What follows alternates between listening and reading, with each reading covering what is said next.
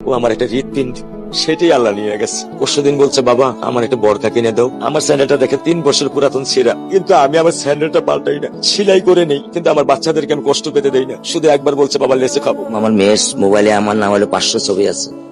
আমি এখনো সাহস পাইনি আমার মেয়ের একটা ছবি বের করে দেখতে। আমার সেই সাহস নাই।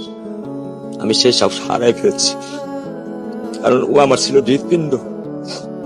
ওর জীবনে এমন কোন চাওয়া নাই যেটা আমি পূরণ করি নাই। পরশুদিন বলছে, বাবা আমার একটা বরকা কিনে দাও।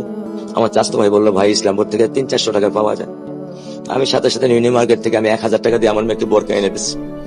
আমি দরিদ্র, ভাঙা বাসায় থাকি, কিন্তু আমার সন্তানদেরকে আমি কখনোই দারিদ্রতার স্বাদ পেতে দেইনি। দারিদ্রতার স্বাদ পেতে দেইনি। আমার বড় মেয়েকে এখন আমি সেলোরার থেকে জামা কিনে দিই।